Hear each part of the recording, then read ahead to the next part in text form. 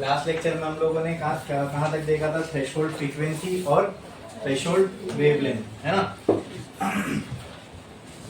क्या होती है थ्रेशोल्ड फ्रीक्वेंसी? वो कम से कम फ्रीक्वेंसी जो लाइट की होनी चाहिए ताकि फोटो इलेक्ट्रिक इफेक्ट हो।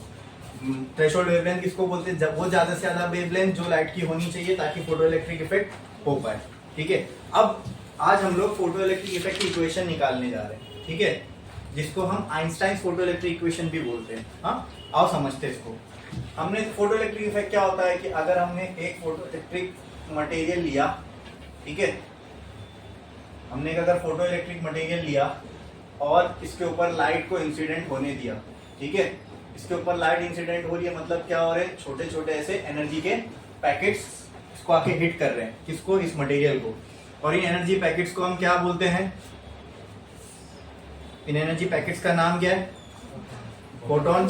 ठीक है, वो मैक्स प्लैंक की थियरी में उसका नाम क्वांटा था, लेकिन अभी हम फोटो इलेक्ट्रिक इफेक्ट पढ़े तो इसमें तो आइंस्टाइन ने इनको नाम दिया फोटोन। इन फोटोन के पास जो एनर्जी होती है वो कितनी होती है? h न्यू के बराबर। फिर वो न्यू की जगह पर c बाय लैम्डा पुट करोगे तो एक अलग फॉर्मूला आता है, बट ये हमको मालूम है इतनी एनर्जी होती है। ठीक है, क्या कितनी भी फ्रीक्वेंसी के मैं फोटोन डालूंगा तो यहाँ से फोटो इलेक्ट्रिक इफेक्ट होने लगेगा? नहीं होने लगेगा, है ना। हमको पता है कि एक मटेरियल है, मटेरियल में एटम है, एटम के अंदर एनर्जी शेल्स है, उनमें इलेक्ट्रॉन्स है, बराबर। फोटोन आके उनको हिट करेंगे तो कम से कम उतनी एनर्जी तो देना पड़ेगा इलेक्ट्रॉन को जितना उसको फ्री होने के लिए चाहिए। ठीक है, तो उसी एनर्जी को हम क्या बोलते हैं? वो एनर्जी जो रिक्वायर्ड है इलेक्ट्रॉन को जस्ट रिमूव करने के लिए, उस एनर्जी को हम क्या बोलते हैं? बोलो, वर्क फंक्शन। क्या बोलते हैं? Work function. तो वर्क फंक्शन के बराबर उसको एनर्जी देना पड़ेगा। ठीक है, ठीक है, ठीक है। देखो, यहां से फिर से मैं वही एग्जांपल लेके चलता हूं। यहाँ पे इस मटेरियल के अंदर, ठीक है, एक एटम है, उस एटम के अंदर एक शेल है, उस शेल में एक इलेक्ट्रॉन है। ठीक है, इस इलेक्ट्रॉन को बाहर निकलना है तो इसको कम से कम, और मान लो इस इलेक्ट्रॉन की ये जो एनर्जी लेवल है, इसकी एनर्जी है 10 जूल, -10 जूल। ठीक है, तो फोटोन कम से कम कितनी एनर्जी देगा तो ये इलेक्ट्रॉन यहाँ से निकल पाएगा? 10 जूल। और उससे 11 जूल दिए तो क्या होगा? 10 जूल तो इसको निकालने में चली जाएगी, और 1 जूल जो मिलेगी वो फ्री होने के बाद ये एनर्जी को लेके भागेगा। ठीक है, तो एनर्जी जो है कंजर्व्ड है, एनर्जी कंजर्व्ड है, मतलब एनर्जी जो है डिस्ट्रॉय तो हो नहीं सकती, तो 1 जूल गई का 1 जूल जब ये मूव करने लगा तो इसकी काइनेटिक एनर्जी में कन्वर्ट हो गई। आई बात समझ में? जो एनर्जी लाइट के फॉर्म में फोटॉन्स लेके आया था, वो एनर्जी में जो एक्स्ट्रा पार्ट, कुछ पार्ट उसका चला गया किसको निकालने में? इलेक्ट्रॉन को निकालने में। और जो बची वो कहां गई? इलेक्ट्रॉन ने उसको यूज किया अपनी काइनेटिक एनर्जी बनाने के लिए, और उससे वो मोशन करने लगा। ठीक है, अरे बोलो, क्लियर है? ठीक है, तो आप मुझे बताओ, यहाँ पे जो इलेक्ट्रॉन इसको निकलने के लिए कितनी जूल चाहिए? 10। कितनी जूल चाहिए?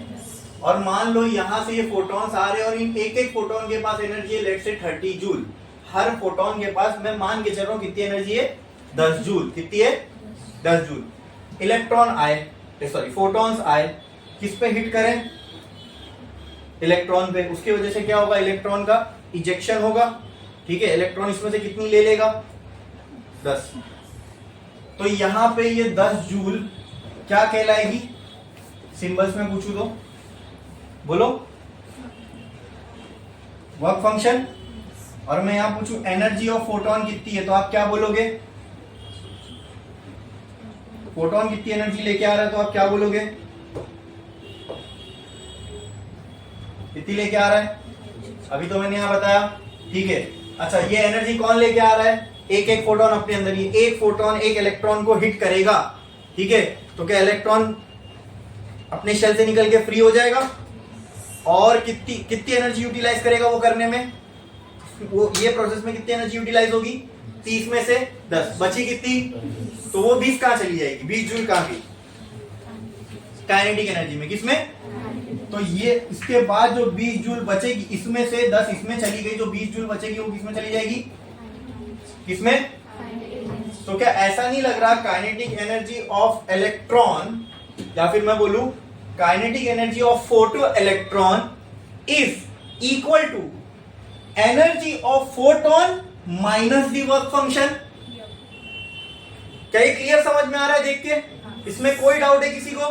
हाँ, अगर मान लो ये 40 जूल लेके आता तब भी इसको निकलने के लिए तो कितनी चाहिए? 10 जूल। तो 30 क्या हो जाती? कैसे मिली वो? तो काइनेटिक एनर्जी हमको ये समझ में आ रही, जो फोटोन एनर्जी लेके आ रहा है उसमें से जो वर्क फंक्शन में चली जा रही, मतलब this minus this equal to this, बराबर। तो क्या यहां देख के मैं ये बोल सकता हूं kinetic energy is equal to energy of photon minus work function.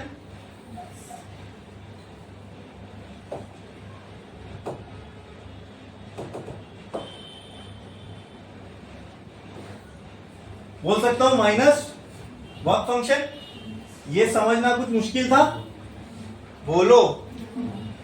इसी को बोलते हैं आइंस्टाइन फोटो इलेक्ट्रिक इक्वेशन।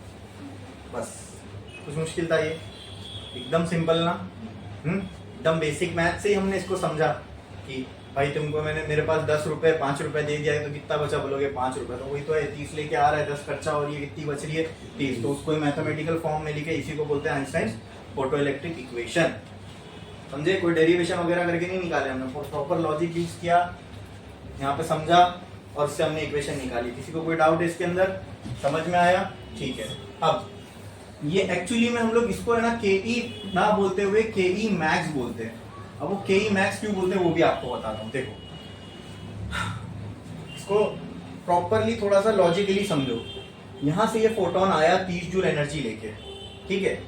सबसे पहले उस फोटोन का इंटरेक्शन क्या उन एटम्स के साथ होगा जो इस मटेरियल के सरफेस पर है? क्या सिर्फ यही एटम्स है? क्या यहां एटम्स नहीं होंगे? क्या उसके नीचे सरफेस में एटम्स नहीं होंगे? क्या उसके नीचे सरफेस में एटम्स नहीं होंगे? लेकिन आप ये सोच के देखो कि जब इलेक्ट्रॉन आएगा 30 जूल में से 10 जूल तो खर्चा कब होगी? जब ये सरफेस वाले इलेक्ट्रॉन से टकराएगा। लेकिन मैं आपको बोलूं कि लेट से आप इधर हो, ठीक है, और यहां पर पूरी भीड़ भरी हुई है, ठीक है, या फिर मैं ऐसा खड़ा हूं, यहां पूरी भीड़ भरी हुई है, ठीक है, और मुझे इस भीड़ को चीरते हुए दीवार तक पहुंचना है। तो अगर मैं यहां तक आऊंगा तो मेरी एनर्जी ज्यादा जाएगी कि वहां तक जाऊंगा तो मेरी एनर्जी ज्यादा जाएगी? वहां तक में, मतलब यहाँ इनको भेजने में जो मैंने एनर्जी कम लगी वो थोड़ी कम लगी, ठीक है। क्यों? क्योंकि आगे और भी पड़ाव है जो मुझे पार करना है। जब मैं उनको भेजते हुए जाऊंगा तो मेरी एनर्जी का कुछ हिस्सा और खर्च होगा वहां पे, तब जाके मैं आगे पहुंचूंगा, ठीक है। मतलब आप ये सोचो कि जब ये 30 जूल तो लेके आया, जो सरफेस वाले एटम्स थे उनसे ये फोटोन टकराया, ठीक है,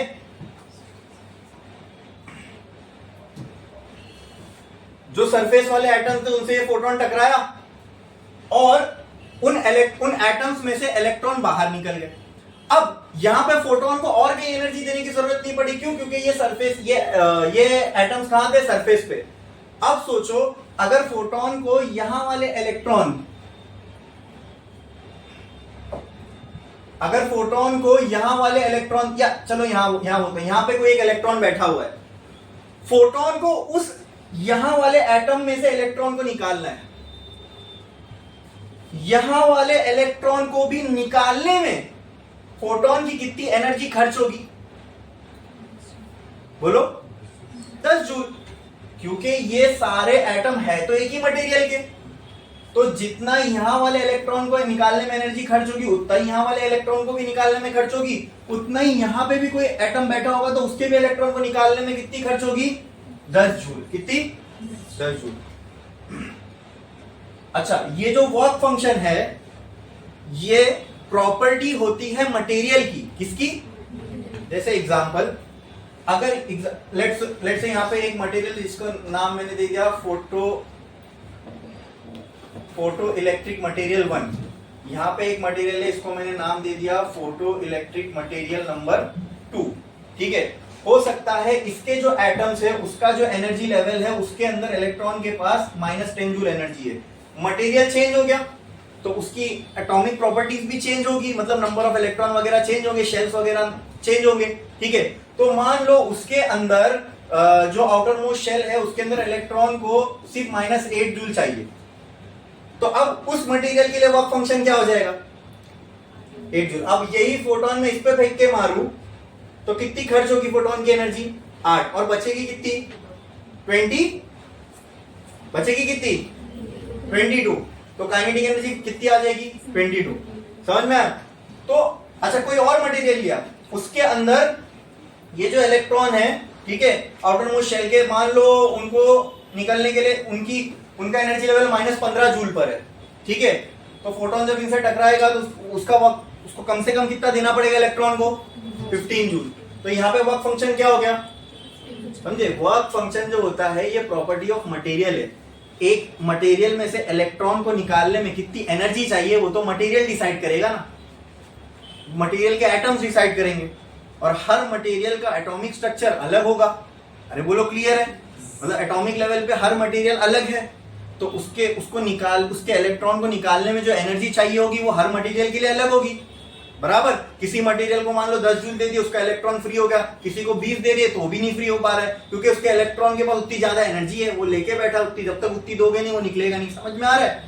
तो कहना है work function is the property of material. Work function किस पे डिपेंड करता है? मटेरियल पे, ठीक है। अच्छा, फिर उसी बात पे मैं आ जाता हूं जिसपे हम डिस्कस कर रहे थे कि सबसे पहले जो फोटोन इंटरैक्ट करेगा वो किसके साथ करेगा? सरफेस वाले एटम्स के साथ। किसके साथ?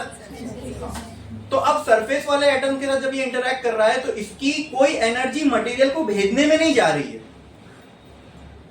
ये एनर्जी लेके आया सरफेस पे, इसको एटम्स मिल गए, ये उनसे इंटरैक्ट किया, अपनी कुछ एनर्जी इसने इलेक्ट्रॉन को दे दिया, मतलब कुछ क्या, पूरी एनर्जी इलेक्ट्रॉन को दे दिया। अब इलेक्ट्रॉन उसमें से कुछ एनर्जी खर्च करेगा फ्री होने में और बाकी एनर्जी यूज करेगा भागने में, ठीक है। छूट गया, अब भागना भी तो है, वहीं रह के फिर क्या मतलब, तो छूट गया, भागने के लिए बची एनर्जी यूज करेगा। बोलो क्लियर है? हाँ। अब लॉजिकली बताओ मुझे, सरफेस के एटम्स की बात नहीं कर रहा मैं, फोटोन को यहां वाले किसी एटम को निकालना है, तो इस एटम में के इलेक्ट्रॉन को निकालना है, तो यहां पे कोई एटम होगा, उसके इलेक्ट्रॉन को फ्री करने के लिए भी कितनी एनर्जी चाहिए होगी? 10 जूल, ठीक है। बट आप थोड़ा सोच के बताओ, यहां से यहां तक पहुंचने में क्या फोटोन की कुछ एक्स्ट्रा एनर्जी खर्च और नहीं होगी? हाँ, उतने मटेरियल को उसको भेजते हुए और आगे जाना है, क्या यहां से यहां तक पहुंचने में या यहां से यहां तक पेनिट्रेट करने में क्या फोटोन की कुछ और एनर्जी खर्च होगी? हाँ। अब अंदर बहुत सारे इंटरेक्शंस होते हैं एटॉमिक लेवल पे, पर उसमें नहीं जाना है। मैं आपको एक सिंपल एग्जांपल दे रहा हूं कि मेरे को ये जो भीड़ वाला मैंने एग्जांपल दिया, अगर मुझे यहां जाना है तो मेरी एनर्जी ज्यादा खर्च होगी, कि वहां तक जाना है तो ज्यादा खर्च होगी सबको भेजते हुए। तो आपने कहा सर आगे जितना आगे आप ज्यादा जाओगे उतनी ज्यादा आपकी एनर्जी खर्च होगी, ठीक है। जितना आप पेनिट्रेट अंदर करते जाओगे उतना एनर्जी आपको ज्यादा देनी पड़ेगी। तो कुछ एटम जो इधर ही मिल गए, तो उनके साथ जब ये फोटोन इंटरैक्ट कर रहा है तो उसको सब सिर्फ 10 उतनी ही एनर्जी इलेक्ट्रॉन ने लिया जितना वर्क फंक्शन के लिए चाहिए थी। बोलो क्लियर है? फोटोन में से उतनी एनर्जी गई इलेक्ट्रॉन के पास, ठीक है। अब मुझे ये बताओ कि यहां से यहां फोटोन और कुछ अंदर तक पेनिट्रेट करते हुए आया, तो यहां क्या फोटोन की कुछ और एक्स्ट्रा एनर्जी खर्च होगी? हाँ, मान लेते हैं कि यहां से यहां तक आने में फोटोन की 3 जूल एनर्जी खर्च हुई, ठीक है, ठीक है। अब कितनी बची फोटोन के पास? कितनी लेके आ रहा है? अरे सिंपल हिसाब किताब है भाई, 30 लेके आ रहा है। पेनिट्रेट करने में कितनी चली गई? 3 जूल। बची कितनी? 27। अब बाकी की इक्वेशन आप लगाओ, 27 बची, उसमें से इलेक्ट्रॉन को निकालने में कितनी चाहिए? कितनी चाहिए? 10 जूल। 10 जूल मिल गए इलेक्ट्रॉन को, क्योंकि 27 थी, बची कितनी? कितनी? तो यहां वाला जो इलेक्ट्रॉन, इससे फर्क किस पे पड़ रहा है? देखो, सरफेस वाले जो इलेक्ट्रॉन होंगे उनके पास काइनेटिक एनर्जी कितनी होगी? 20 जूल। लेकिन सरफेस के जब तक कोई इलेक्ट्रॉन यहां से निकल रहा है तो उसके पास कितनी एनर्जी बची इस एग्जांपल के हिसाब से? 17 जूल। क्या इस इलेक्ट्रॉन के पास इस इलेक्ट्रॉन से कम एनर्जी है? तो क्या मैं सरफेस वाले इलेक्ट्रॉन के पास मैक्सिमम काइनेटिक एनर्जी ऐसा बोल सकता हूं? इसलिए हमने इस फॉर्मूले में लिख दिया के मैक्स। बोलो क्लियर है? समझ में आया? हाँ, यहाँ काइनेटिक एनर्जी मैक्स में इसलिए लिख रहा हूं क्योंकि हम लोग अभी फिलहाल सिर्फ किसकी बात करेंगे? सरफेस वाले इलेक्ट्रॉन, सरफेस वाले एटम्स की, कि फोटोन जो इंटरैक्ट कर रहा है किनके साथ कर रहा है? सरफेस वाले एटम्स के साथ। बोलो क्लियर है? समझ में आया? कोई डाउट है इसके अंदर? हाँ, लेकिन हमें यह भी क्लियरली समझ में आ रहा है तो मैक्सिमम काइनेटिक एनर्जी यहाँ पे दो बार, मतलब आपको काइनेटिक एनर्जी मैक्सिमम का टर्म समझना पड़ेगा, ठीक है। वो कैसे बताता हूं। जो सरफेस वाले इलेक्ट्रॉन्स है इनके पास नीचे वाले इलेक्ट्रॉन्स के मुकाबले काइनेटिक एनर्जी ज्यादा होगी, ठीक है। इसलिए मैं ये कह सकता हूं कि सरफेस वाले इलेक्ट्रॉन्स के पास मैक्सिमम काइनेटिक एनर्जी है। बोलो क्लियर है? हाँ, अब यही मैक्सिमम काइनेटिक एनर्जी की वैल्यू कम हो रही है। ठीक है, जैसे अगर मैं इसके ये वाला एक इलेक्ट्रॉन है और यहां पर अगर कोई, यहां पर भी अगर मटेरियल है, यहां पर कोई इलेक्ट्रॉन है, ठीक है, इसको मैंने पोजीशन 1 बोल दिया, इसको मैंने पोजीशन 2 बोल दिया। ठीक है, हाँ, तो इसकी मैक्सिमम काइनेटिक एनर्जी इसके मुकाबले बोलो क्या होगी, ज्यादा होगी कि कम होगी?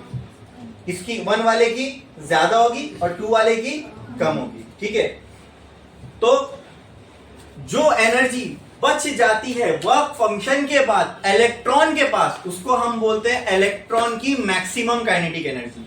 क्या इतनी ही इसके पास max to max kinetic energy हो सकती है? बोलो क्लियर है? हाँ, और इन मैक्सिमम में से भी सबसे ज्यादा किसके पास होगी? हाँ, हर एक, मतलब यहां वाला अगर कोई इलेक्ट्रॉन निकल रहा है तो उसकी काइनेटिक एनर्जी को भी मैं काइनेटिक एनर्जी मैक्स ही बोलूंगा। क्यों? क्योंकि इतनी एनर्जी मैक्सिमम इलेक्ट्रॉन अपनी काइनेटिक एनर्जी के लिए यूज कर सकता है। ठीक है, जैसे फॉर एग्जांपल ये वाला इलेक्ट्रॉन मैक्सिमम कितनी एनर्जी अपनी काइनेटिक एनर्जी में यूज कर सकता है? 17। ये वाला इलेक्ट्रॉन मैक्सिमम काइनेटिक एनर्जी में कितनी एनर्जी यूज कर सकता है? 20। बोलो क्लियर है? लेकिन इन सब में सबसे ज्यादा काइनेटिक एनर्जी किसके पास होगी? सरफेस वाले इलेक्ट्रॉन के पास। बोलो क्लियर है? हाँ, तो इलेक्ट्रॉन के पास जो मैक्सिमम काइनेटिक एनर्जी बच रही है, क्या उसका फॉर्मूला में यही नहीं आया, E-5? बोलो हाँ, और इसी को हम बोलते हैं आइंस्टाइन्स फोटो इलेक्ट्रिक इक्वेशन। कोई डाउट है इसमें? पूरा लॉजिक समझ में आया, पूरा कंसेप्ट समझ में आया, और कैसे हमने फोटो इलेक्ट्रिक इक्वेशन को लिखे ये समझ में आया। जितनी फोटोन लेके आ रहा है, जितनी खर्च हो रही है निकालने में, ठीक है, तो जो बची वो किस में जाएगी? Kinetic energy. तो काइनेटिक एनर्जी की जो काइनेटिक एनर्जी में जो आपको एनर्जी बचेगी, काइनेटिक एनर्जी ऑफ इलेक्ट्रॉन जो आपको मिलेगी, वो कैसे मिलेगी? जितना लाया माइनस जितना वर्क फंक्शन में खर्चा हो गया, वही होगी हमारी फोटो इलेक्ट्रिक इक्वेशन। समझा? तो एक लाइन छोड़ो, स्टार डालो और लिखो Einstein photo electric equation. Einstein photo electric equation,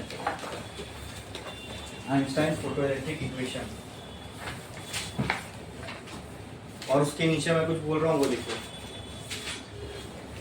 we know that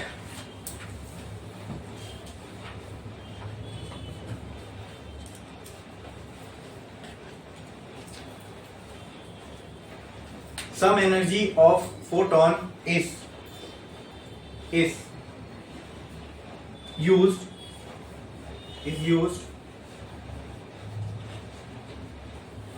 to remove the electron from the material,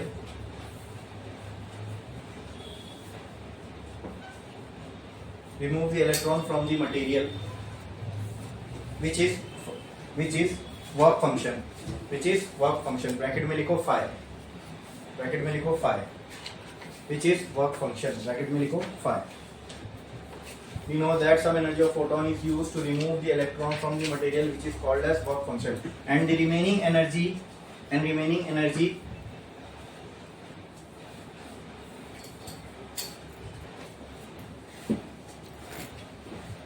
is converted into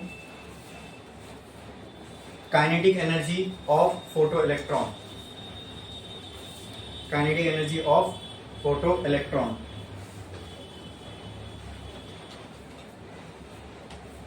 Kinetic energy of photoelectron. तो ब्रैकेट में लिख दो KE max. KE max.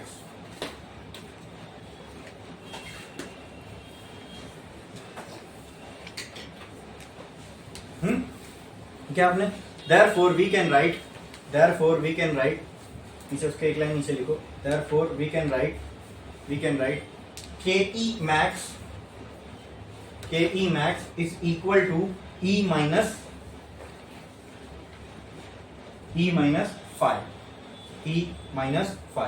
ठीक है, ये इक्वेशन को डब्बा बनाओ. ठीक है, अभी हमने क्या लिखा? काइनेटिक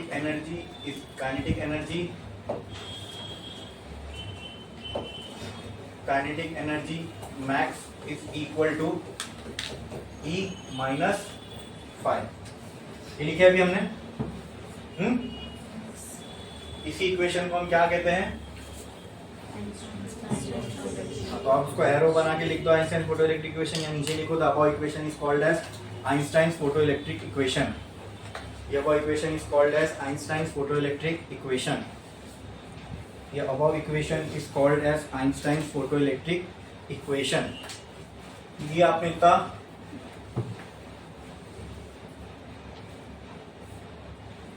उसके नीचे लिखो where ke max, ऐसा, फिर एरो ke max, एरो डालो, लिखो maximum kinetic energy that a photoelectron can have. Maximum kinetic energy that a photoelectron can have. Maximum kinetic energy that a photoelectron can have. ठीक है? Next, what is E? Energy carried by each photon, right? ये हर एक photon के पास इतनी energy होगी. Energy carried by each photon. Okay, next, what is phi?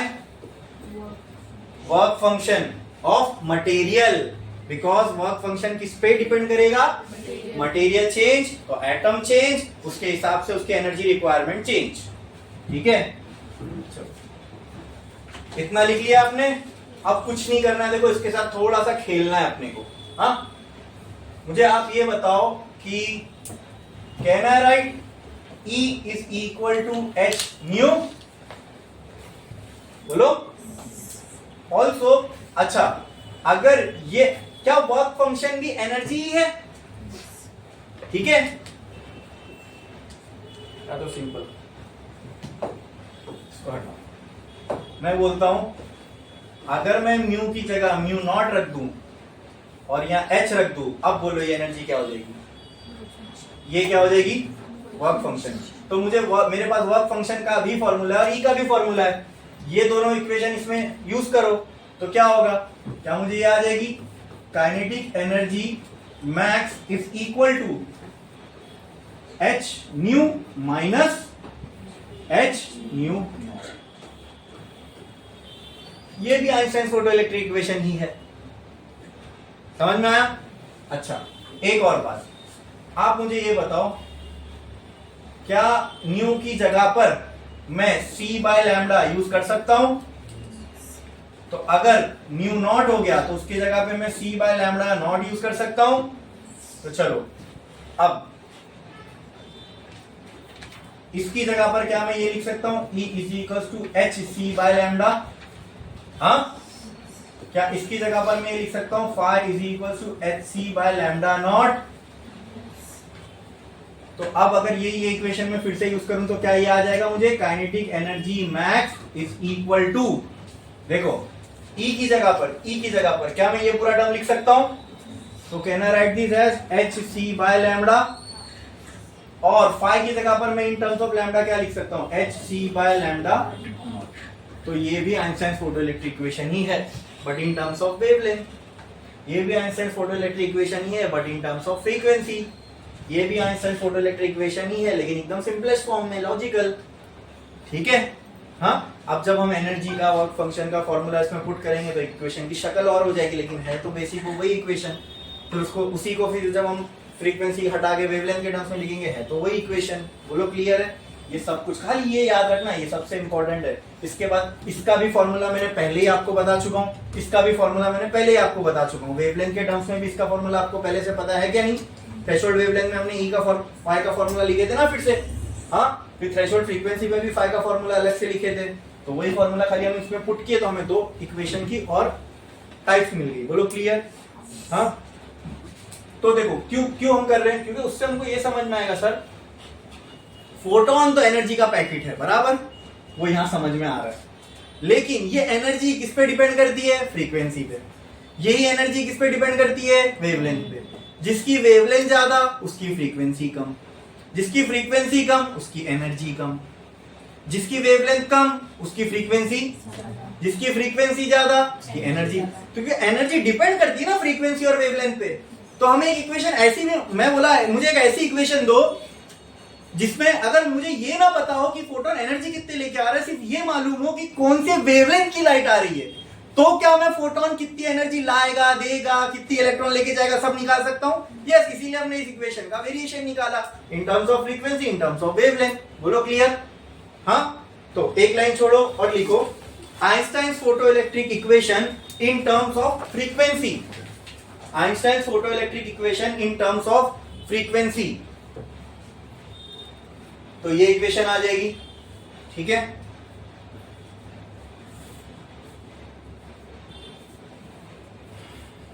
सुनो, उसके नीचे क्या करो, ये इक्वेशन लिखो,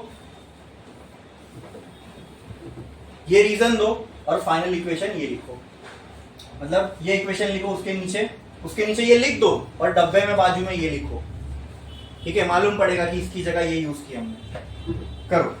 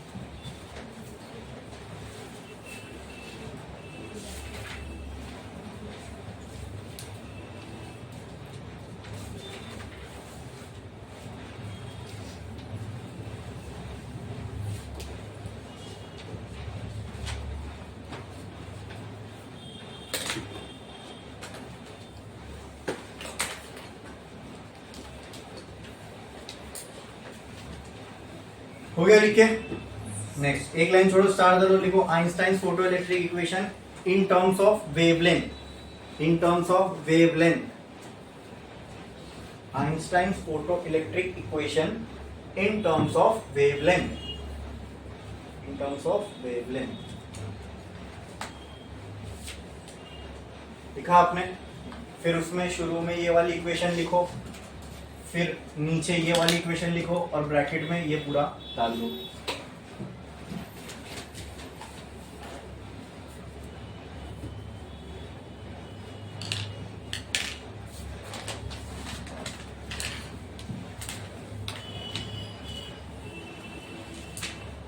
हो गया लिख के?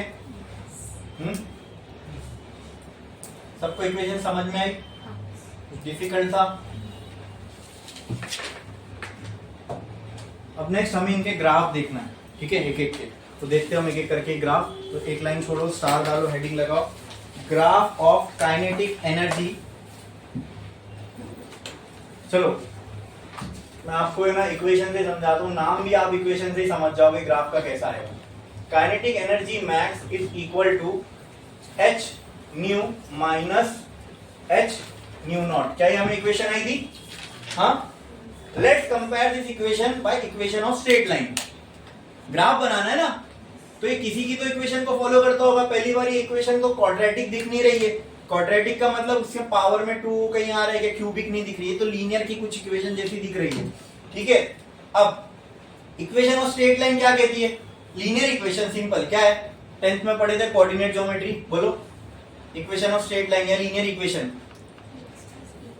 हाँ, क्या क्या? Very good, ax plus by plus c equal to 0। ठीक है, ये लीनियर इक्वेशन है। और इसी को अगर मैं इक्वेशन ऑफ स्ट्रेट लाइन के फॉर्म में कन्वर्ट करूं तो क्या वो इक्वेशन कुछ ऐसी आती है? y is equal to mx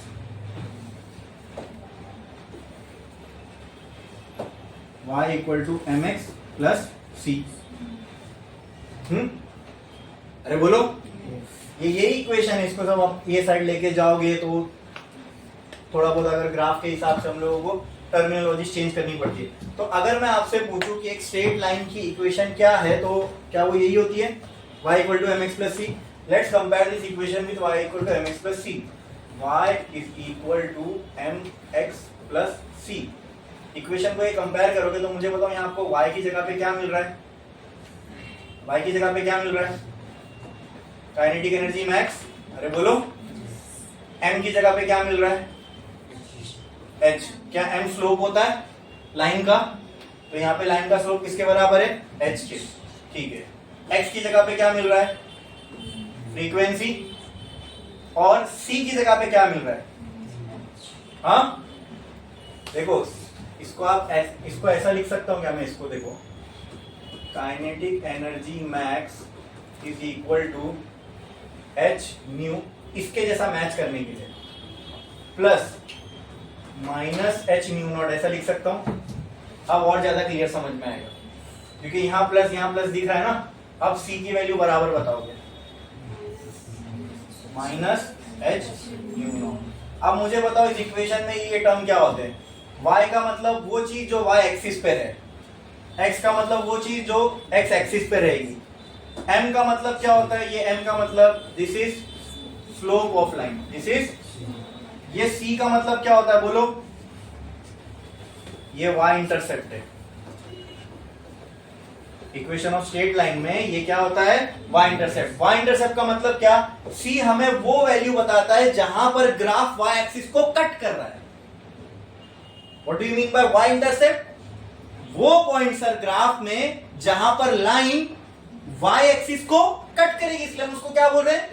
y intercept. चलो इनका ग्राफ बनाते हैं।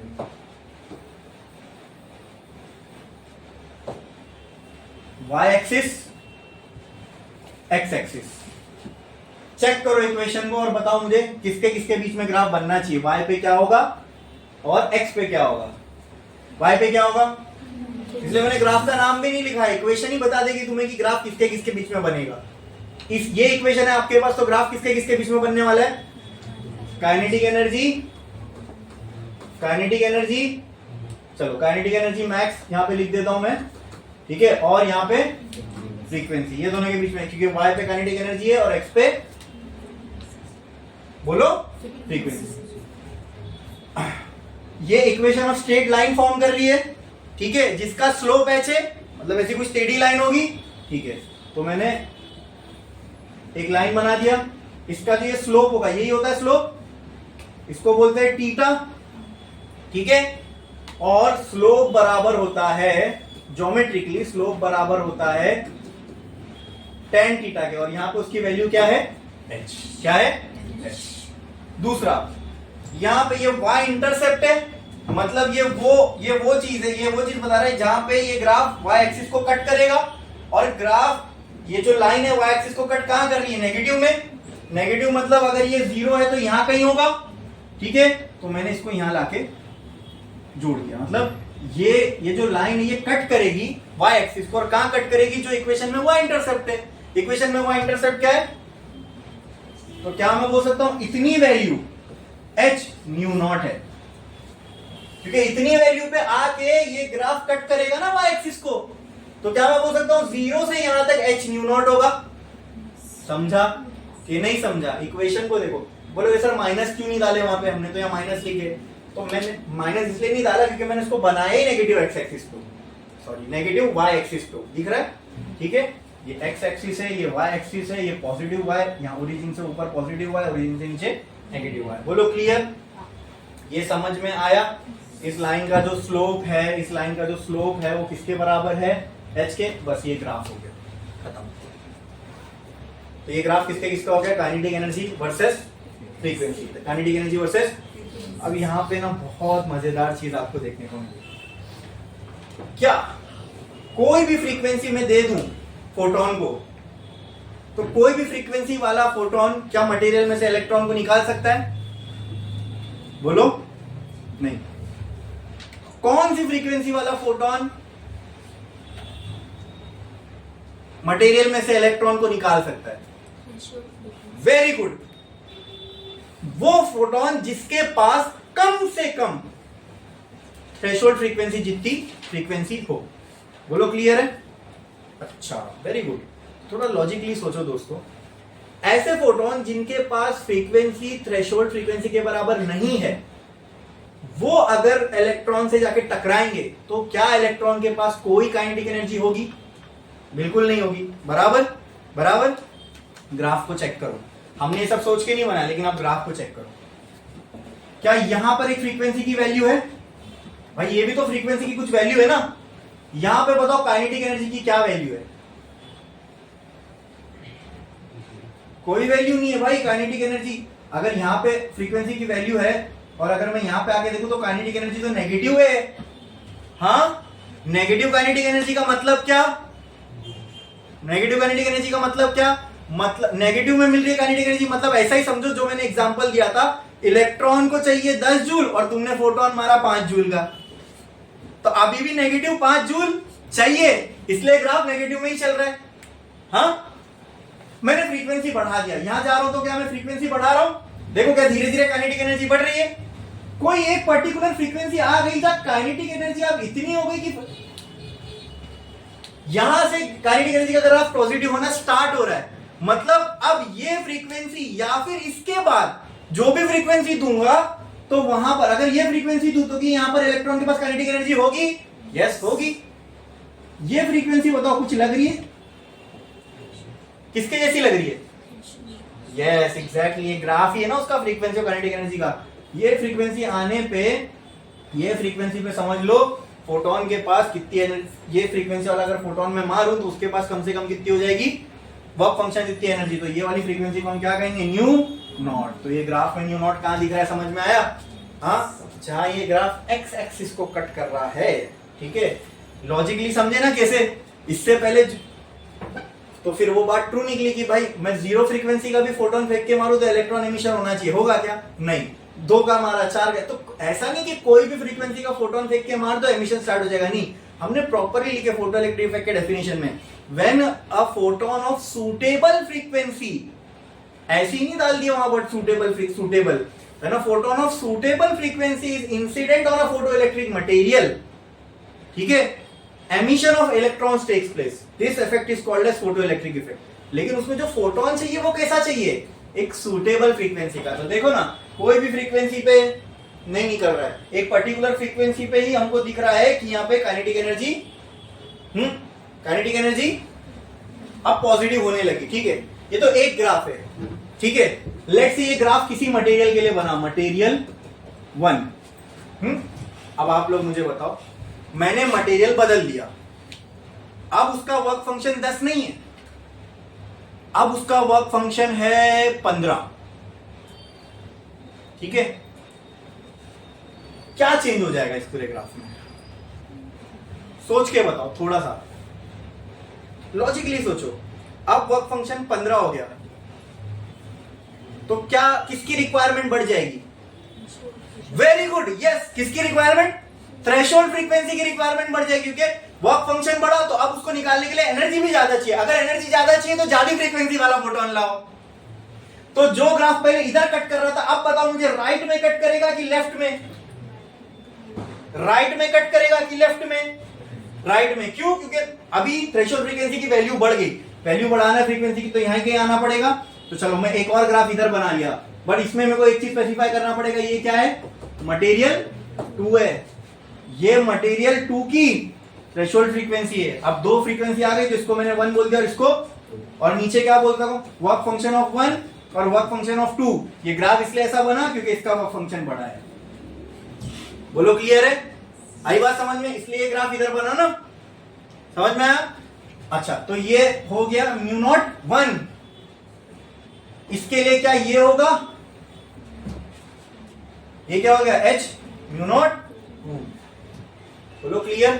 समझ में आया? इसका वाई इंटरसेप्ट बढ़ गया ना, एकदम क्लियर है। इस तरीके से ये ग्राफ आप कभी नहीं समझे होंगे ना, आपको कोई बताएगा। ठीक है, बहुत बेसिक ग्राफ है बनाने के लिए। अच्छा, याद करने के लिए ग्राफ कोई मुश्किल है क्या? देखो सिंपल बताता हूं,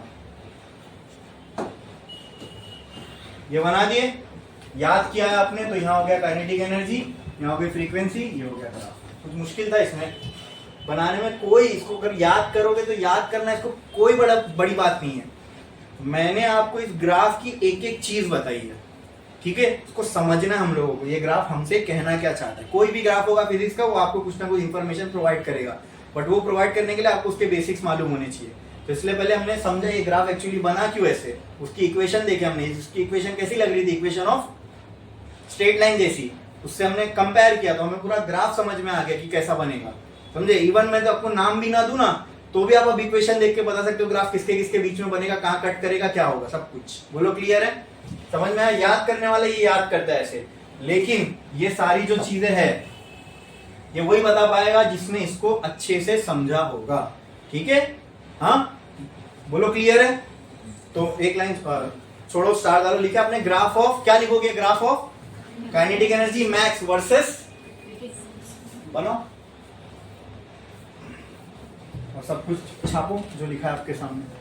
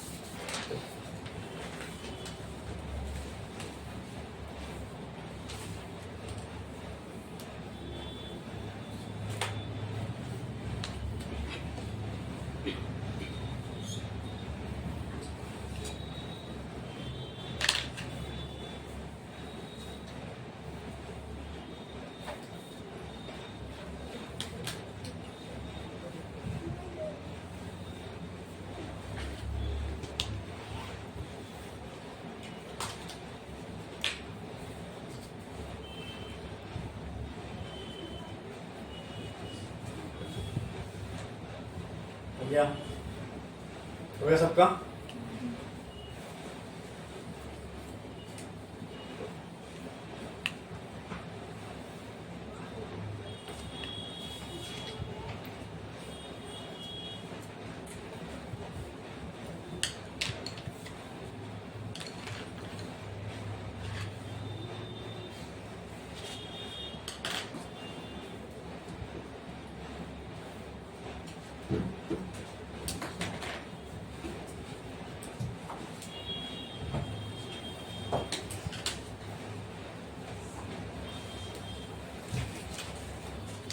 एक और इक्वेशन देखा था हमने काइनेटिक एनर्जी मैक्स की, इसका ग्राफ पूरा आप लोग मेरे को समझाओगे, ठीक है। Kinetic energy max is equal to H C by lambda minus H C by lambda nought. अरे बोलो,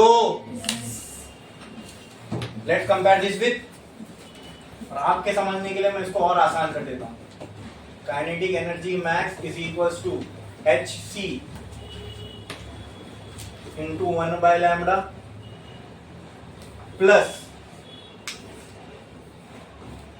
H C by lambda, sorry plus minus यहां लगा दिया, H C by lambda.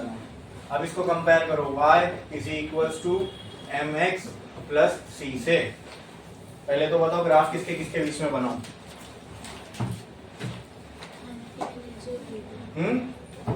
Kinetic energy और वेवलेंथ। अच्छा देखना मैं सही बना रहा हूं।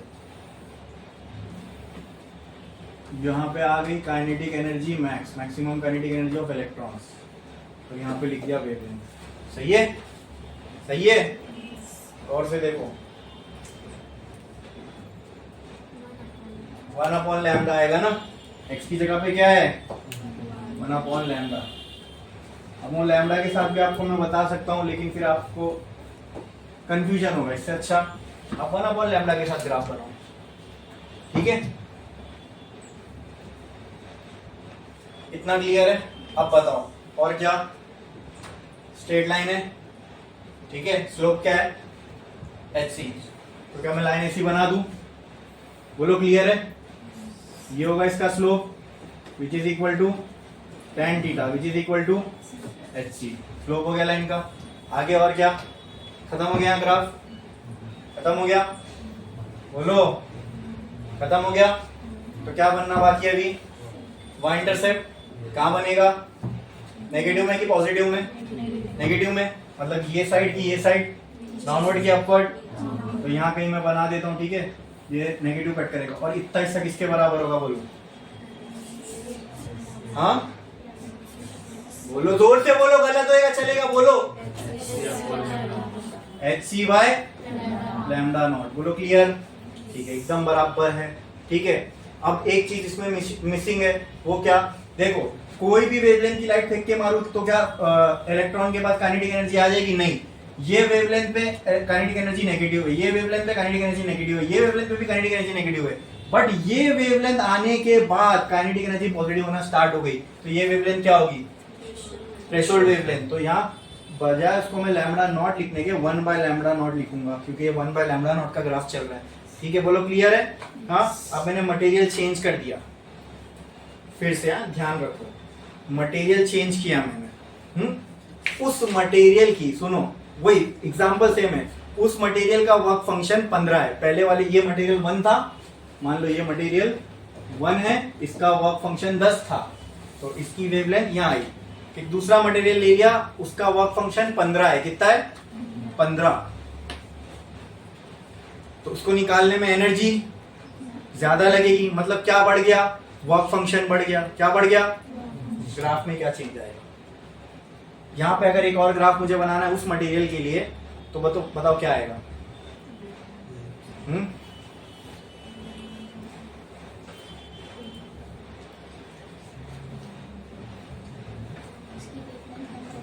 वेवलेंथ कम रहेगी, बराबर, और कम थ्रेशोल्ड फ्रीक्वेंसी वाला चाहिए, राइट, क्योंकि एनर्जी अगर ज्यादा चाहिए तो कम, तो अगर कम 1 बाय लैम्डा नॉट की वैल्यू और कम होनी चाहिए, तो अब इस ग्राफ को लेफ्ट साइड पे बनाऊं, ठीक है, तो ये किसका ग्राफ हो जाएगा, मटेरियल 2 का, तो ये 1 अपॉन लैम्डा नॉट 1, और ये क्या हो जाएगा 1 अपॉन लैम्डा नॉट 2, ठीक है, और ये वाला part hc bye lambda not 2, और ये वाला part hc bye lambda not 1, बोलो क्लियर है।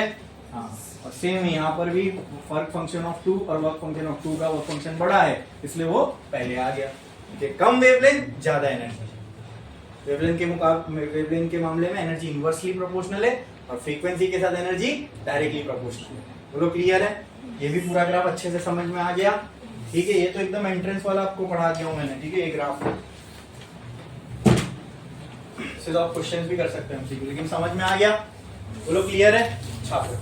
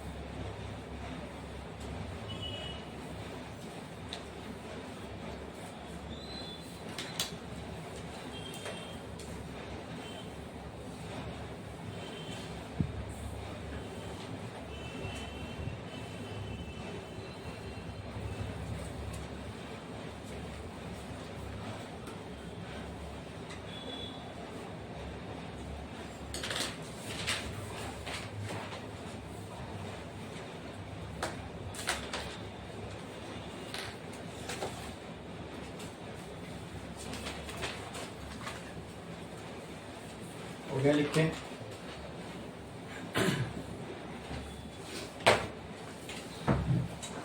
अब एक और ग्राफ हम देखने जा रहे हैं, which is kinetic energy versus intensity. लेकिन वो ग्राफ देखने से पहले आप ये इंटेंसिटी का थोड़ा सा आइडिया समझ लो। जब लाइट को मैं पार्टिकल मान रहा हूं और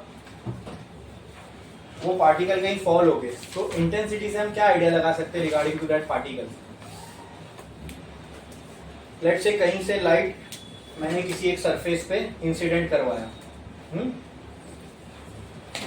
ये वो स्क्रीन जिस पे मैं अलग अलग सोर्स से लाइट मार रहा हूं, ठीक है।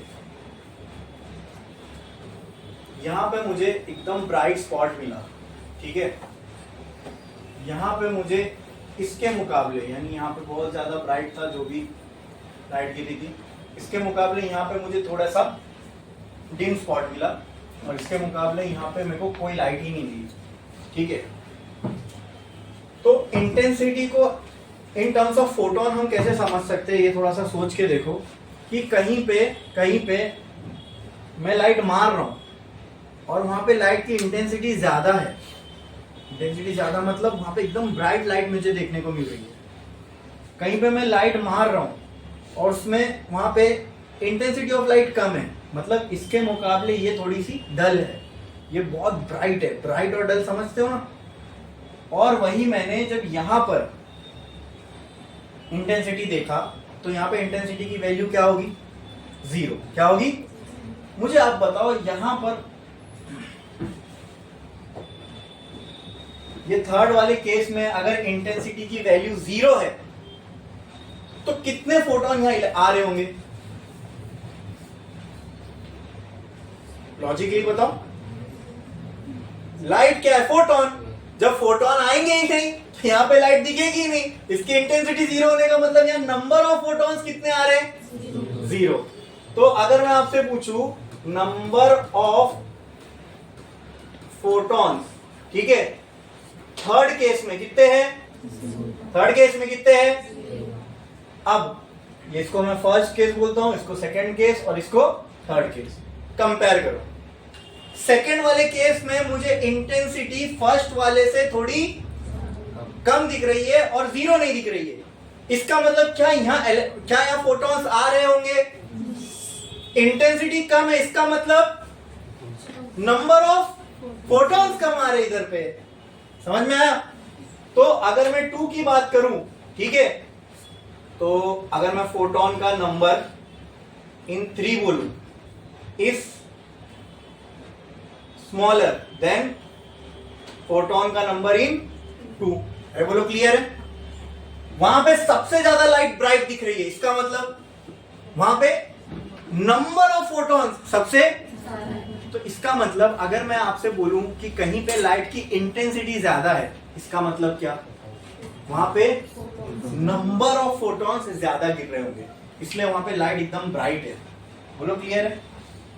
और जहां पे लाइट की इंटेंसिटी कम है, इसका मतलब वहां पे नंबर ऑफ फोटॉन्स कम गिर रहे होंगे। बोलो क्लियर है। अच्छा, इसका मतलब नंबर फोटॉन्स, चलो और इसको मैं number of photons in 1, number of photons in 2 और नंबर ऑफ फोटॉन्स इन 3, इनका रिलेशन बताने बोलूं तो ये सबसे ज्यादा, इससे कम इसके पास, उससे कम इसके पास। क्या ये ट्रू होगा। तो इंटेंसिटी से हमने क्या समझा दोस्तों, इंटेंसिटी का मतलब क्या, just number of photons. Intensity का मतलब क्या।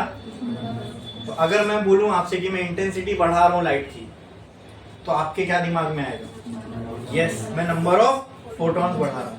अगर मैं आपसे बोलूं कि मैं लाइट की इंटेंसिटी कम कर रहा हूं, तो मैं क्या कम कर रहा हूं, नंबर ऑफ फोटॉन्स क्या कर रहा हूं, कम कर रहा हूं। बोलो क्लियर है। ठीक है। अब नंबर ऑफ फोटॉन्स बढ़ाने से या घटाने से हमें यह समझना है कि फोटो इलेक्ट्रिक इफेक्ट में क्या असर पड़ेगा, क्योंकि ये सब कुछ तो फोटोन की वजह से ही हो रहा है। ठीक है, ठीक है। तो आप मुझे बताओ, अगर मैं नंबर ऑफ फोटॉन्स बढ़ा दूं, ठीक है, ये हमने लिखा है क्या, in photoelectric effect one photon can remove only one electron. ये लिखा है हमने। तो जहां भी आपने फोटो इलेक्ट्रिक इफेक्ट का लॉ लिखे हो ना, उनमें एक चीज ऐड कर दो, one photon can remove only one electron. One photon can remove only one electron. One photon can remove only one electron. ठीक है, ये अकॉर्डिंग टू आइंस्टाइन था। आइंस्टाइन ने कहा कि एक फोटोन सिर्फ और सिर्फ एक ही इलेक्ट्रॉन को निकाल सकता है। ठीक है, कुछ पर्पस होगा उसके पीछे भी उसका। ठीक है, बट हमें ये कंक्लूजन डायरेक्ट दिया गया। तो अब इतना आपको पता है। मान लो 1 करोड़ फोटोन आ रहे हैं, तो उससे क्या निकलेंगे? 1 करोड़ इलेक्ट्रॉन। ये मैं मान के चल रहा हूं, जो फोटोन आ रहे हैं उसने थ्रेशोल्ड वाली क्राइटेरिया पहले ही पूरी कर दिया। ठीक है, अब हम आगे इलेक्ट्रॉन निकल रहे, इसका मतलब थ्रेशोल्ड वाली क्राइटेरिया पूरी हो ही गई होगी तभी निकल रहे हैं। क्लियर है? ठीक है, अब मैं क्या करता हूं, फॉर एग्जाम्पल जो हमने एग्जाम्पल लिया था, याद करो। एग्जाम्पल हमने लिया था, याद है? ये फोटो इलेक्ट्रिक मटेरियल था, यहां से फोटोन आ रहे थे और इन फोटोन के पास कितनी एनर्जी थी? 10 जूल। ठीक है, सरफेस वाले इलेक्ट्रॉन्स है, इनमें से इलेक्ट्रॉन बाहर निकलेंगे, इनकी रिक्वायरमेंट कितनी है? -10 जूल। मतलब 10 जूल इनको मिल जाएगा तो ये उड़ जाएंगे यहां से। ठीक है, अब जब ये वाला फोटोन इन वाले इलेक्ट्रॉन से टकराएगा तो जो यहां से इलेक्ट्रॉन बाहर निकलेगा कितनी काइनेटिक एनर्जी लेके निकलेगा? 20 जूल। 20।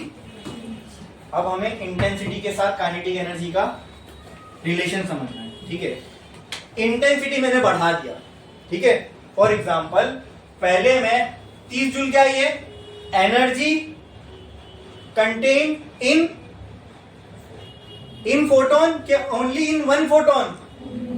मतलब अगर यहां पे 1 करोड़ ऐसे फोटोन है तो उन एक एक के पास कितनी एनर्जी है? 30 जूल। इसका मतलब ये होता है, आई बात समझ में? 30 जूल क्या है? Energy contained with one photon, ये वो एनर्जी है। ठीक है, अब जितने नंबर ऑफ फोटोन होंगे टोटल एनर्जी उतनी हो जाएगी। लेकिन हमें यह भी पता है कि एक फोटोन सिर्फ और सिर्फ कितने इलेक्ट्रॉन को निकाल सकता है? एक इलेक्ट्रॉन को। तो समझो, ये 30 जूल वाला एक फोटोन है।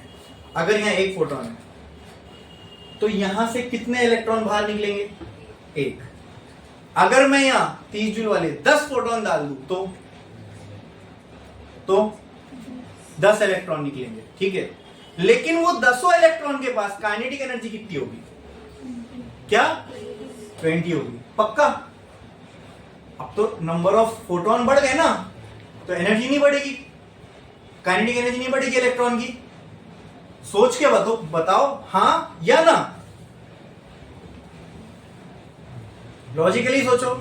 मैंने 10 फोटोन दिया, 10 के पास कितनी है? 30 जूल। 10 किससे टकराएंगे? 10 इलेक्ट्रॉन से, क्योंकि हमने शर्त पहले ही डिफाइन कर दी कि एक फोटोन एक ही इलेक्ट्रॉन के साथ इंटरैक्ट कर सकता है। बोलो क्लियर है? हाँ, तो 10 फोटोन कितने इलेक्ट्रॉन को निकालेंगे? बोलो 10। और वो 10 इलेक्ट्रॉन के पास मैक्सिमम काइनेटिक एनर्जी कितनी होगी? पक्का? कोई डाउट है इसमें किसी को? Yes, this is 100% correct. वो जो 10 फोटोन निकलेंगे, उन 10 इलेक्ट्रॉन निकलेंगे, उन 10 के पास मैक्सिमम काइनेटिक एनर्जी कितनी होगी? मैंने इंटेंसिटी बढ़ा दिया, मतलब नंबर ऑफ फोटॉन्स। पहले कितने थे? मैंने 50 कर दिया। क्या कर दिया? 50। और हर एक फोटोन के पास अब भी एनर्जी कितनी है? 30। लेकिन अब इलेक्ट्रॉन्स कितने निकलेंगे? 50, क्योंकि आप इंटेंसिटी बढ़ा दिया ना, नंबर ऑफ फोटॉन्स बढ़ गए। अब इलेक्ट्रॉन्स कितने निकलेंगे? 50।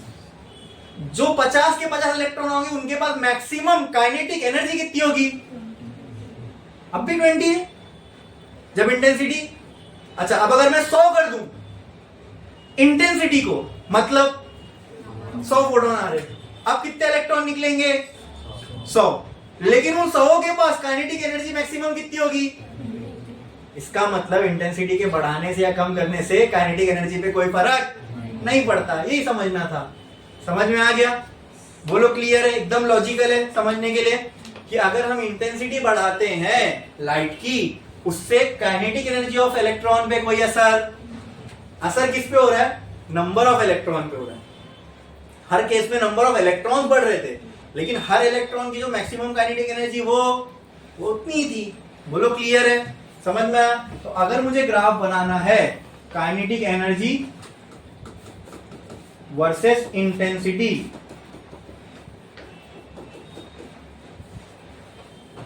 ठीक है, तो देखो पहली बात तो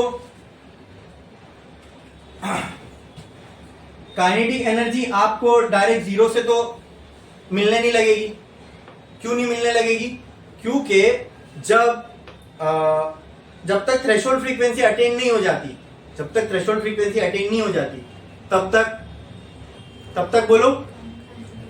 हाँ, अच्छा कोई एक काइनेटिक, अच्छा चलो कोई एक काइनेटिक एनर्जी की वैल्यू पकड़ लो, ठीक है, कोई एक काइनेटिक एनर्जी की वैल्यू पकड़ लो कि फोटॉन्स आ रहे हैं, इलेक्ट्रॉन से टकराए। अब ये जो भी इलेक्ट्रॉन यहां से निकले, सरफेस वाले इलेक्ट्रॉन्स की मैं बात कर रहा हूं, सरफेस वाले इलेक्ट्रॉन्स की बात कर रहा हूं।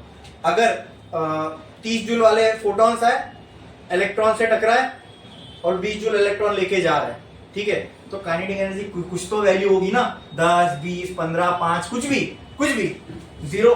तो यहां जीरो बता सकता हूं क्या मैं? नहीं, कुछ तो वैल्यू होगी इलेक्ट्रॉन के पास। लेट्स से कुछ तो वैल्यू ये है, ठीक है। इंटेंसिटी बढ़ाऊंगा तो वैल्यू बढ़ेगी, इंटेंसिटी बढ़ा दिया वैल्यू बढ़ेगी। इसका मतलब ये ग्राफ ऐसे ही रहने वाला है। समझ में आया? मतलब इंटेंसिटी ये कर दो तो भी काइनेटिक एनर्जी इतनी है, इंटेंसिटी ये कर दो तो भी काइनेटिक एनर्जी इतनी है, इंटेंसिटी ये कर दो तो भी काइनेटिक एनर्जी इतनी है। समझ में आया? ये काइनेटिक एनर्जी नहीं बल्कि काइनेटिक एनर्जी मैक्स। बोलो क्लियर? समझ में आया? इसका मतलब इंटेंसिटी के चेंज होने से काइनेटिक एनर्जी में कोई चेंज नहीं आता। कुछ तो एक वैल्यू है, जैसे हमने यहाँ लिया था 20 जूल, तो मान लो ये वही वैल्यू है 20 जूल। अब काइनेटिक एनर्जी की एक वैल्यू तय हो गई, बराबर। अब इंटेंसिटी बढ़ाने से कोई फर्क नहीं पड़ेगा, क्योंकि इंटेंसिटी किसको बढ़ाती है? नंबर ऑफ इलेक्ट्रॉन्स को बढ़ाएगी। हर इलेक्ट्रॉन की काइनेटिक एनर्जी बढ़ाने में उसका कोई रोल नहीं है। समझ में आया? क्लियर है? ठीक है। अच्छा दोस्तों, इंटेंसिटी से हमने ये तो समझा,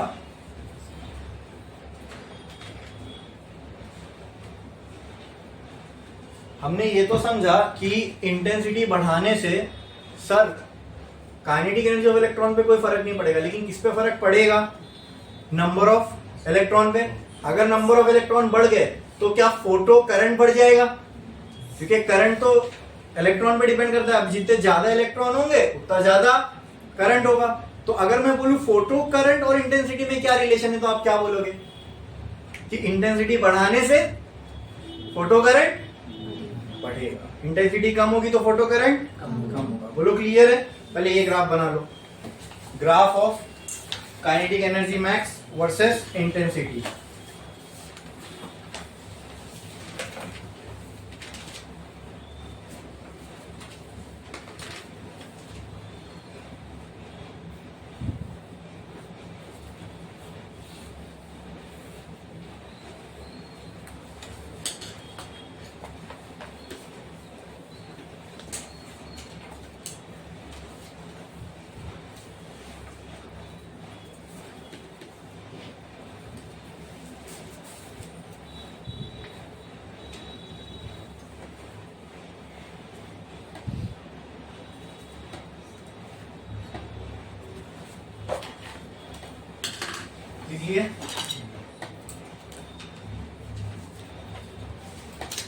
बना लिए graph.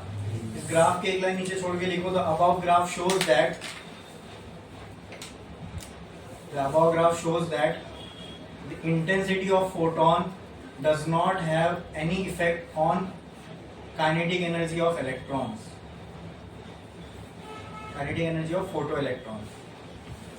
The above graph shows that the intensity of photon does not have any effect on kinetic energy of photo electrons. ठीक है। नेक्स्ट मैंने आपसे क्या पूछा था, या फिर हमने इस प्रोसेस में ही जब हम ये डिस्कशन कर रहे थे, तो इसी प्रोसेस में हमने एक चीज समझी कि सर इंटेंसिटी से इस पे तो कोई असर नहीं पड़ रहा है। किस पे? काइनेटिक एनर्जी पे, लेकिन हाँ नंबर ऑफ फोटो इलेक्ट्रॉन पे तो असर पड़ा है। वो जो इलेक्ट्रॉन निकलेंगे उनको फोटो इलेक्ट्रॉन ही तो बोलते हैं ना। तो अगर फोटो इलेक्ट्रॉन जितने ज्यादा होंगे उतना फोटो करंट ज्यादा होगा। तो अगर मैं आपसे पूछूं करंट वर्सेस इंटेंसिटी का ग्राफ बताओ मुझे, तो क्या होगा? आई स्मॉल आई करंट के लिए यूज किया मैंने और इंटेंसिटी कैपिटल आई इंटेंसिटी के लिए। तो क्या ये ग्राफ ऐसा होगा जैसे जैसे इंटेंसिटी बढ़ेगी करंट बढ़ता जाएगा? बस बना लो, बनाओ फटाफट।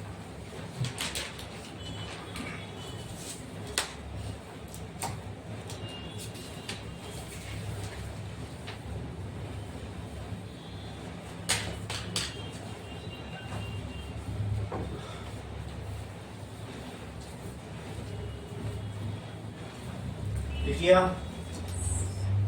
जल्दी, graph of photocurrent versus intensity, graph of photocurrent versus intensity, ये ग्राफ बना लो।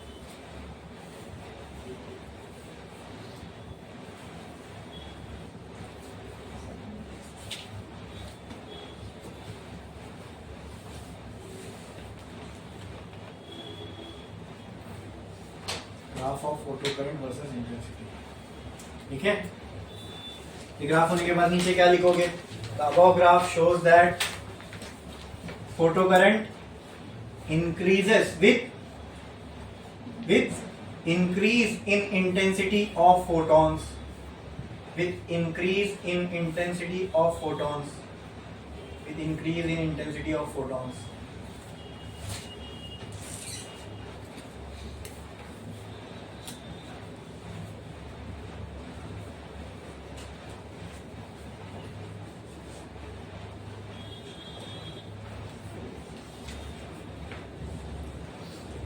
हो गया लिख के? अब नेक्स्ट ग्राफ हम लोग देखने वाले हैं फोटो करंट वर्सेस फ्रीक्वेंसी का, ठीक है? ठीक है, चलो अब इसको थोड़ा सा समझने में टाइम लेंगे अपन। टाइम लेंगे मतलब हजम होना चाहिए, बहुत से लोगों को डायरेक्टली समझ में नहीं आता, इसलिए स्टेप बाय स्टेप चलूंगा मैं। हाँ, मुझे आप ये बताओ कि अच्छा हमें किसके किसके बीच की डिपेंडेंसी देखनी है? फ्रीक्वेंसी और फोटो करंट। किसके किसके? फ्रीक्वेंसी और फोटो करंट। समझो, फ्रीक्वेंसी अगर मैं बढ़ाऊं, फ्रीक्वेंसी अगर मैं बढ़ाऊं तो क्या बढ़ेगी फोटोन की? एग्जैक्टली क्या बढ़ेगी? क्या आप में से किसी को भी ये लगता है फ्रीक्वेंसी बढ़ाने से नंबर ऑफ फोटॉन्स बढ़ेंगे? नहीं, क्योंकि वो तो वो होने को क्या कहते हैं? इंटेंसिटी बढ़ाना कहते हैं। उसको क्या कहते हैं? मैं क्या कह रहा हूं आपसे, मैंने फोटोन की क्या बढ़ाई? फ्रीक्वेंसी बढ़ाई। क्या बढ़ाई? फ्रीक्वेंसी। तो उससे क्या बढ़ेगी? फोटोन की एनर्जी क्या बढ़ेगी? अगर फोटोन की एनर्जी बढ़ रही है, ठीक है, ठीक है, अभी 10 फोटोन आ रहे हैं और हर एक के पास 30 जूल है, ठीक है, तो कितने फोटो इलेक्ट्रॉन निकलेंगे? 10। क्लियर? फ्रीक्वेंसी, ठीक है। अब मैंने फ्रीक्वेंसी लेट से, ये जो 30 जूल वाले थे एग्जांपल के लिए ले रहा हूं, उनकी फ्रीक्वेंसी थी 30 हर्ट्ज। कितनी थी? मैंने क्या किया, अब जो फोटोन मैं इंसिडेंट करवा रहा हूं मटेरियल पे, let the frequency of that photon be 50 hertz. तो मान लो 50, फ्रीक्वेंसी क्या हो गई? बढ़ गई कि कम? बढ़ गई। तो एनर्जी ऑफ ईच फोटोन मान लेते 50 हो गई। पहले 30 थी, अब 50 हो गई। नंबर तो वही है, क्योंकि इंटेंसिटी की हमने कोई बात ही नहीं की। पहले कितने आ रहे थे? 10। अभी भी आ रहे हैं 10, क्योंकि इंटेंसिटी बढ़ी क्या? नहीं, इंटेंसिटी अब भी कितनी है? 10 ही है। इंटेंसिटी बढ़ेगी तो नंबर ऑफ फोटॉन्स बढ़ेंगे, ठीक है। इंटेंसिटी वही है, क्या बढ़ाया हमने? फ्रीक्वेंसी। फ्रीक्वेंसी के बढ़ाने से क्या बढ़ी? एनर्जी। क्या बढ़ी? पिछले वाले केस में कितने फोटॉन्स थे? 10। हर एक के पास कितनी एनर्जी थी? 30। इलेक्ट्रॉन को निकालने कितनी चाहिए थी? 10। इलेक्ट्रॉन में काइनेटिक एनर्जी में कितनी बचेगी? 20 लेके जाएगा, ठीक है। फ्रीक्वेंसी बढ़ाया, 50 कर दिया। अब एक फोटोन के पास कितनी एनर्जी है? अब कितनी एनर्जी है एक फोटोन के पास? 50। 50 जूल वाला अच्छा, अभी नंबर ऑफ फोटोन कितने? अब भी 10। ये 10 फोटोन कितने इलेक्ट्रॉन से इंटरैक्ट करेंगे? 10। कितने इलेक्ट्रॉन्स को निकालेंगे? कितनी एनर्जी वहां खर्च होगी? 10।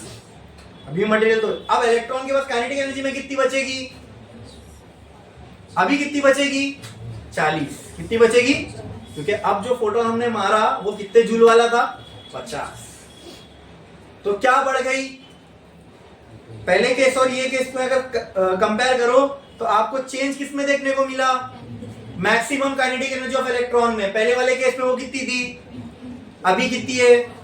एक और एग्जांपल ले लेते हैं, मान लो मैंने 100 हर्ट्ज वाला फोटोन ले लिया, अब उसकी एनर्जी मान लेते हैं 100 जूल है, वो फोटोन अब भी नंबर ऑफ फोटोन कितने हैं, इंटेंसिटी में कोई चेंज किया नहीं, क्या चेंज किया हमने, फ्रीक्वेंसी, फ्रीक्वेंसी चेंज करने से क्या चेंज हुई, एनर्जी ऑफ फोटोन। अब एक एक फोटोन के पास कितनी एनर्जी है, एक एक फोटोन के पास कितनी एनर्जी है, अरे बोलो, जोर से बोलो, कितनी है, नहीं जब तक बोलोगे नहीं मैं आगे ही नहीं बढ़ूंगा, मेरे को आवाज जोर से आनी चाहिए आप लोग की, कितनी है, जोर से, कितनी है, वेरी गुड। तो अब भी लेकिन नंबर ऑफ फोटॉन्स कितने हैं 10, ठीक है, ये 10 फोटोन कितने इलेक्ट्रॉन से इंटरैक्ट करेंगे, चलो 10 इलेक्ट्रॉन को निकाल लिए इन्होंने, निकालने में कितनी एनर्जी खर्च हुई, बची कितने इलेक्ट्रॉन के पास, वो किस में कन्वर्ट हो जाएगी, अब पहले में 20 काइनेटिक एनर्जी में बच रही थी, सेकंड में 50, थर्ड में 90, अरे ये इतनी एनर्जी इलेक्ट्रॉन के पास क्यों बची है लास्ट में, क्योंकि हमने क्या चेंज किया, तो फ्रीक्वेंसी के चेंज से किसमें चेंज देखने को मिलता है, काइनेटिक एनर्जी में, किसमें, ठीक है। चलो एक अभी हमने ये डिस्कस कर ही लिया तो हम इसका भी एक ग्राफ बना लेते हैं, ठीक है, काइनेटिक एनर्जी वर्सेस फ्रीक्वेंसी का, kinetic energy max versus frequency का, अरे लेकिन ये तो ग्राफ हमने ऑलरेडी बना चुके हैं ना, वो ऐसा ही कुछ था, ठीक है, अब मैं नीचे का पार्ट नहीं बना रहा हूं, ऐसा क्यों आया था, क्योंकि कोई भी फ्रीक्वेंसी पे काइनेटिक एनर्जी नहीं मिलेगी, एक पर्टिकुलर फ्रीक्वेंसी पे मिलेगी, दैट इज, ठीक, यही था ना वो ग्राफ, ठीक है। अच्छा, फ्रीक्वेंसी के बढ़ाने से क्या नंबर ऑफ फोटोन में कोई चेंज आया, नहीं, अगर नंबर ऑफ फोटोन नहीं बदले तो क्या नंबर ऑफ इलेक्ट्रॉन बदलेंगे निकलने वाले, अगर नंबर ऑफ इलेक्ट्रॉन इंक्रीज नहीं हुए तो क्या फोटो करंट इंक्रीज होगा, नहीं, समझ में आ रहा है, फोटो करंट इंक्रीज होगा क्या, नहीं होगा, ओके वेरी गुड। ये तो काइनेटिक एनर्जी वर्सेस फ्रीक्वेंसी का ग्राफ था। अब हमें किसका ग्राफ चाहिए, current versus, photo current versus frequency का, किसका, फोटो करंट वर्सेस फ्रीक्वेंसी का, बोलो क्लियर है, इसको हटा देता हूं, ये तो हमने ऑलरेडी बना चुके हैं ना।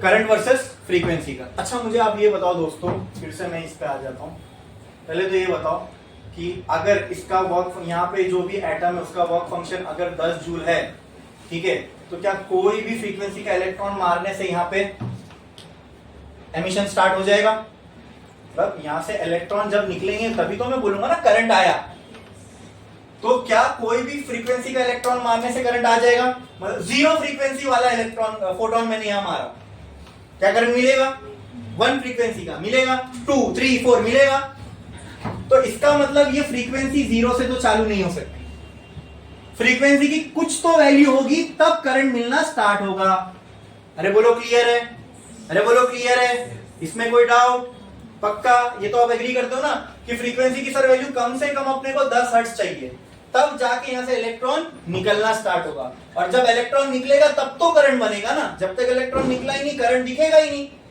और इलेक्ट्रॉन निकलना कब स्टार्ट होंगे, थ्रेशोल्ड फ्रीक्वेंसी, यानी ये हो गई थ्रेशोल्ड फ्रीक्वेंसी, बोलो क्लियर है, थ्रेशोल्ड फ्रीक्वेंसी के बाद ही करंट जो है 0 से दिखना स्टार्ट होगा, बोलो ये क्लियर है, समझ में आया, हाँ ठीक है। अब 10 इलेक्ट्रॉन आ रहे हैं, अच्छा अब मैं करंट का मतलब क्या होता है, फोटो करंट का मतलब क्या होता है, the rate of flow of charge per unit time, मतलब पर सेकंड, ऐसे समझ लो, पर सेकंड अगर 10 चार्ज फ्लो हो रहा है, ठीक है, तो करंट की वैल्यू क्या हो जाएगी, करंट क्या होता है, चार्ज पर यूनिट टाइम, मतलब अगर मैंने 10 फोटोन मारा तो इलेक्ट्रॉन कितने निकलेंगे 10, तो चार्ज कितना निकला 10। ये एकदम ऐसी नॉर्मल भाषा में समझा रहा हूँ, चार्ज को फिर हम कूलम वूलम में करेंगे वो सब नहीं, और 1 सेकंड में निकला, तो क्या मैं बोल सकता हूँ करंट यहाँ पे हो गया 10 एम्पियर। बोलो क्लियर है? हाँ। जैसी ही थ्रेशोल्ड फ्रीक्वेंसी अचीव हुई, जैसी थ्रेशोल्ड फ्रीक्वेंसी अचीव हुई, हाँ, 10 फोटोन आए, 10 इलेक्ट्रॉन निकले। 10 फोटोन आए यानी हर सेकंड 10-10 फोटोन आ रहे, 10-10 इलेक्ट्रॉन निकल रहे, 10-10 फोटोन आ रहे, 10-10 इलेक्ट्रॉन निकल रहे। अरे बोलो क्लियर है? ये समझ में आ रहा है? कोई डाउट है इसमें? अब मैंने अगर यहां पर 10 हर्ट्ज की बजाय 50 हर्ट्ज वाला फोटोन मारा, लेकिन अब भी 10 फोटोन ही मार रहा हूं पर सेकंड, तो अब भी कितने इलेक्ट्रॉन निकलेंगे? 10। फोटो करंट में कोई चेंज आएगा क्या? नहीं। फोटो करंट में कोई चेंज आएगा क्या? नहीं। अब भी फोटो करंट कितना होगा? 10 ही होगा। मतलब भाई जैसी आपने थ्रेशोल्ड फ्रीक्वेंसी वाला फोटोन मारा, करंट जुप से बढ़ेगा। मतलब एकदम जीरो था और करंट की अचानक वैल्यू जीरो से क्या हो गई? देखो ना, अचानक अगर मैं 9 वाला भी मारूं तब तक कुछ नहीं होगा, जैसी मैंने 10 वाला मारा, ले 10 इलेक्ट्रॉन बाहर, फौरन, एकदम इंस्टेंटेनियस। तो करंट की वैल्यू यहां तक जीरो थी, जैसे यहां हुआ करंट की वैल्यू फट से बढ़ जाएगी। बोलो क्लियर है? बढ़ गई। अच्छा, इसके बाद आप बढ़ाओ फ्रीक्वेंसी, बढ़ाओ, करंट बढ़ेगा, करंट की वैल्यू में कोई चेंज आएगा? मतलब अगर मैं 100 फ्रीक्वेंसी भी कर दूं, लेकिन पर सेकंड फोटोन कितने आ रहे? 10, तो पर सेकंड इलेक्ट्रॉन कितने निकलेंगे? अब भी 10। वो इलेक्ट्रॉन भले एक 90-90 जूल का होगा, लेकिन निकलेंगे कितने? 10। करंट तो डिपेंड करता है नंबर ऑफ चार्ज पे ना, लेकिन चार्ज तो अभी उतने ही निकल रहे। तो फ्रीक्वेंसी में ये कर दूं तो क्या करंट की वैल्यू में कोई चेंज आएगा? अब भी करंट कितना होगा? 10। लो 10 और बढ़ाओ तो, और बढ़ा दिया, अभी और बढ़ा दिया, तो फ्रीक्वेंसी की एक पर्टिकुलर वैल्यू के बाद, मतलब अभी क्या मैं बोल सकता हूं, यहां पे करंट सैचुरेट हो गया, अब बढ़ेगा नहीं। और क्या हो गया? तो इस करंट को मैं सैचुरेशन करंट भी बोल सकता हूं। और ये ग्राफ का जो नेचर होगा ये कुछ ऐसा होगा। समझ में आया क्यों ऐसा होगा? देखो, ये ऐसा अचानक बढ़ा और फ्लैट हो गया। थ्रेशोल्ड फ्रीक्वेंसी पे, जस्ट थ्रेशोल्ड फ्रीक्वेंसी पे इलेक्ट्रॉन का एमिशन स्टार्ट हो गया। अब जितना वो बढ़ा, फ्रीक्वेंसी आप कितनी भी बढ़ाते रहो, अब वो, उससे करंट को कोई फर्क पड़ने वाला नहीं है। बोलो क्लियर? बोलो समझ में आया? कोई डाउट है इसमें किसी को भी? पक्का? पक्का? ठीक है, बना लो, ग्राफ बना लो।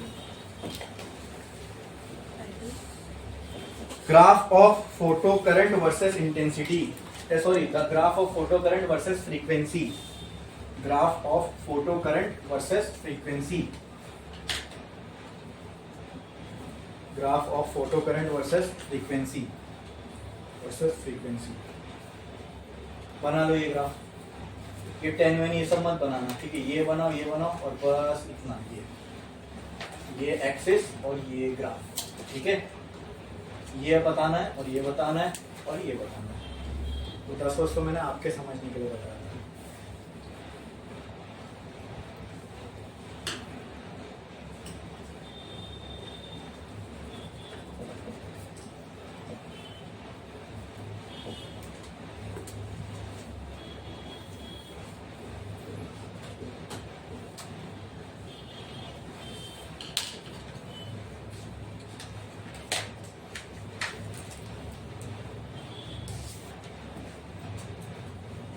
हो गया? देखो, from the above graph, we can say that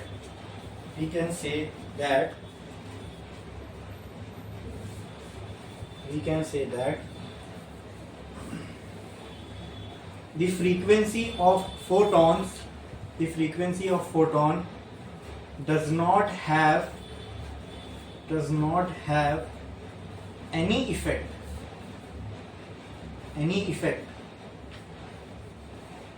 on photo current, ठीक है? अब इसके बाद है ना दोस्तों, हमें एक और कॉन्सेप्ट को समझना है जिसका नाम है स्टॉपिंग पोटेंशियल, ठीक है? यानी अब ये जो करंट बन रहा है, हाँ, मान लो ये करंट को हमें अपोज करना है या फिर रोकना है, तो इसको हम अपोजिट में एक पोटेंशियल लगाते हैं, जिसको हम वो देखेंगे हम स्टॉपिंग पोटेंशियल क्या होता है। ये कंसेप्ट हम लोगों को देखना है, वो हमें समझ में आएगा जब हम एक एक्सपेरिमेंट को देखेंगे जिसका नाम है लेनार्ड्स एक्सपेरिमेंट। और जब हमें स्टॉपिंग पोटेंशियल की कुछ वैल्यू मिलेगी तो उससे हम आइंस्टाइन्स फोटो इलेक्ट्रिक इक्वेशन को और चेंज कर सकते हैं। ठीक है, वो हम देखेंगे, लेकिन एक देख के